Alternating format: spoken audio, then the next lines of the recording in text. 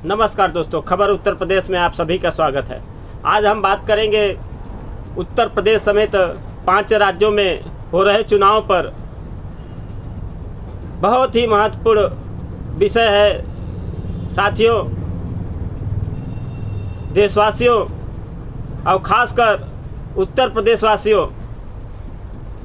मैंने अभी मुख्यमंत्री योगी आदित्यनाथ का भाषण सुना और पूर्व मुख्यमंत्री अखिलेश यादव का भाषण सुना। साथ ही साथ देश के सड़क एवं परिवहन मंत्री नितिन गडकरी जी का भी भाषण प्रयागराज में सुना। और देश के सबसे अब लोकप्रिय कहें कि उन्हें क्या कहें, अब यह तो जनता तय करेगी कि देश के सबसे लोकप्रिय हैं कि देश के सबसे अलोकप्रिय हैं। प्रधानमंत्री का भी, जिन्हें आप सब नरेंद्र मोदी के नाम से जानते हैं, जिनका मोदी मैजिक का कहा जाता है कि मोदी का लहर है, उनका भी भाषण सुना। तो जब मैंने प्रधानमंत्री का भाषण सुना तो प्रधानमंत्री जी सीधे तौर पे एक महिला का सहारा लेकर के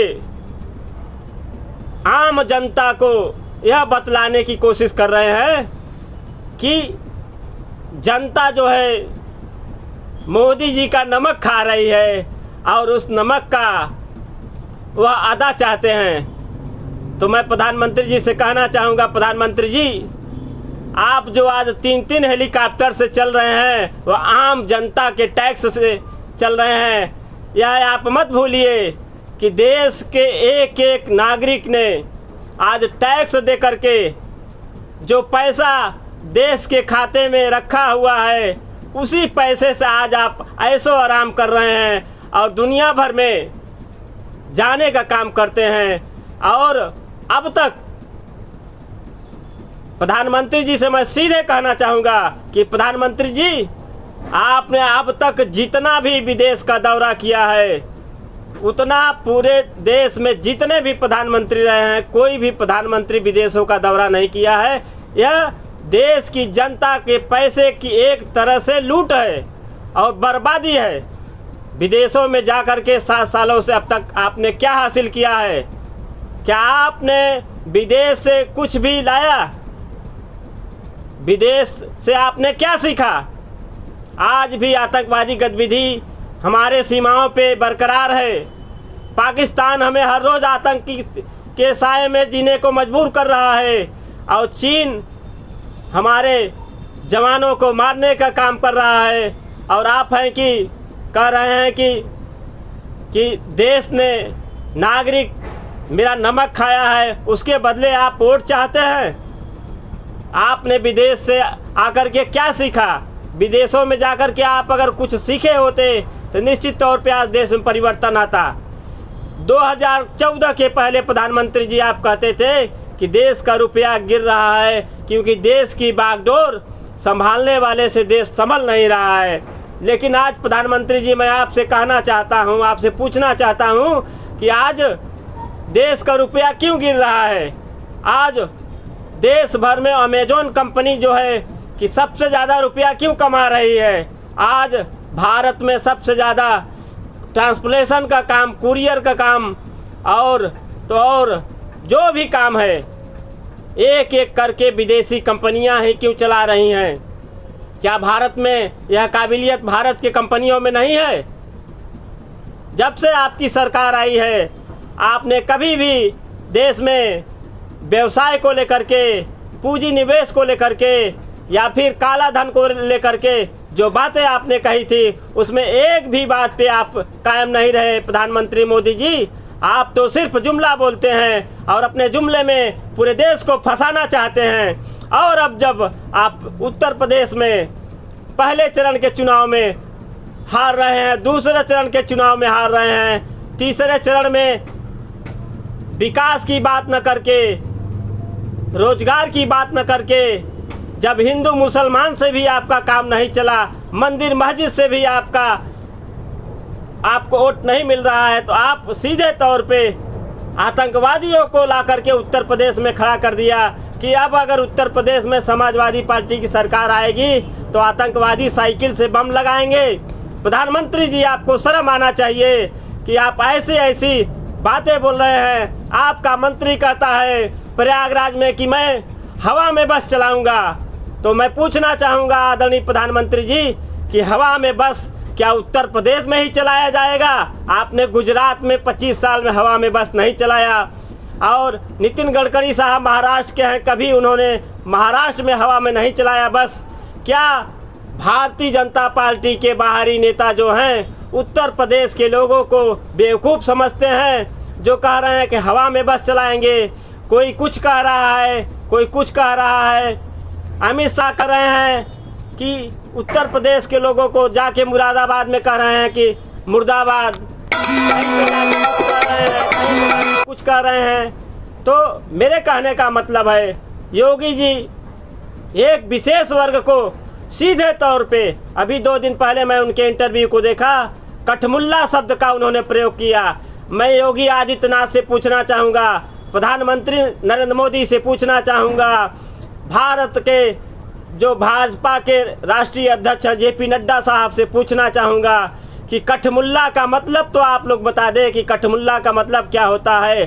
कठमुल्ला शब्द बोलने में शर्म नहीं आती योगी आदित्यनाथ जी को कि मैं क्या बोल रहा हूँ, मैं क्या नहीं बोल रहा हूँ। सत्ता जाते देख इतनी भय, इतनी डर कि पंजाब में तो हार ही रहे हैं, उत्तराखंड में तो हार ही रहे हैं, गोवा में हार रहे हैं, मणिपुर में भी हार रहे हैं। कहीं उत्तर प्रदेश से हारे तो केंद्र की कुर्सी भी जानी तय है, और जो लूट खसोट हुआ है वह लूट खसोट का खुलासा हो जाएगा।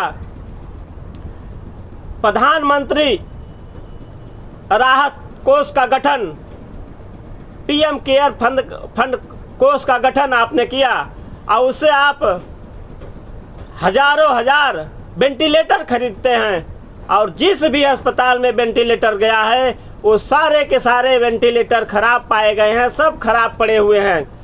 यह भ्रष्टाचार नहीं तो और क्या है प्रधानमंत्री जी? सत्ता पाने के लिए यह आप कहां तक गिरेंगे कि गरीबों को कह रहे हैं कि आप मेरा नमक खाए हैं?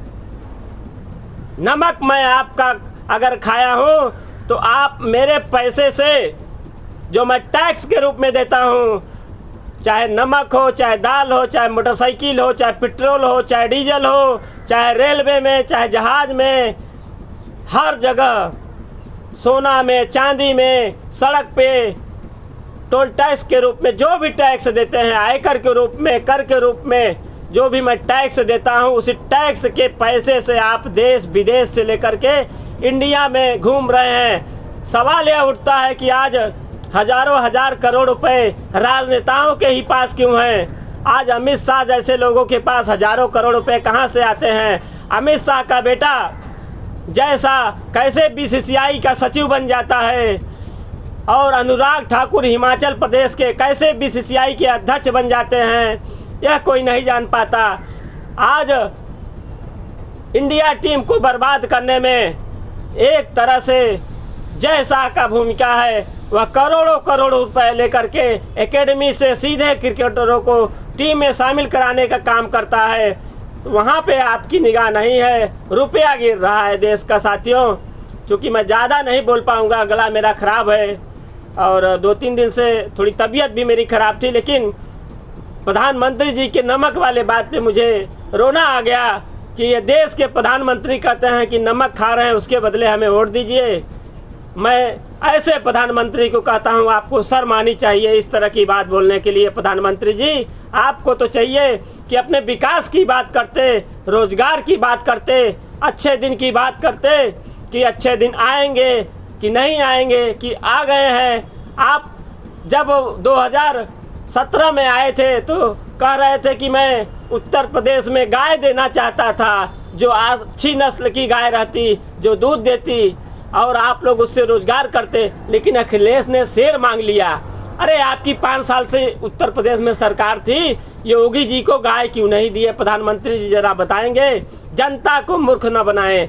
अब उत्तर प्रदेश की ही नहीं पूरे देश की जनता जान चुकी है कि प्रधानमंत्री नरेंद्र मोदी, भाजपा की सरकार, उत्तर प्रदेश की योगी सरकार पूंजीपतियों की गुलाम बन गई है और पूंजीपतियों की निगाह खेती किसानी पे भी पड़ी है साथियों। तो ऐसे लोगों से सावधान रहिए और भारतीय जनता पार्टी को हरा करके देश को गुलाम होने से बचाइए। नमस्कार।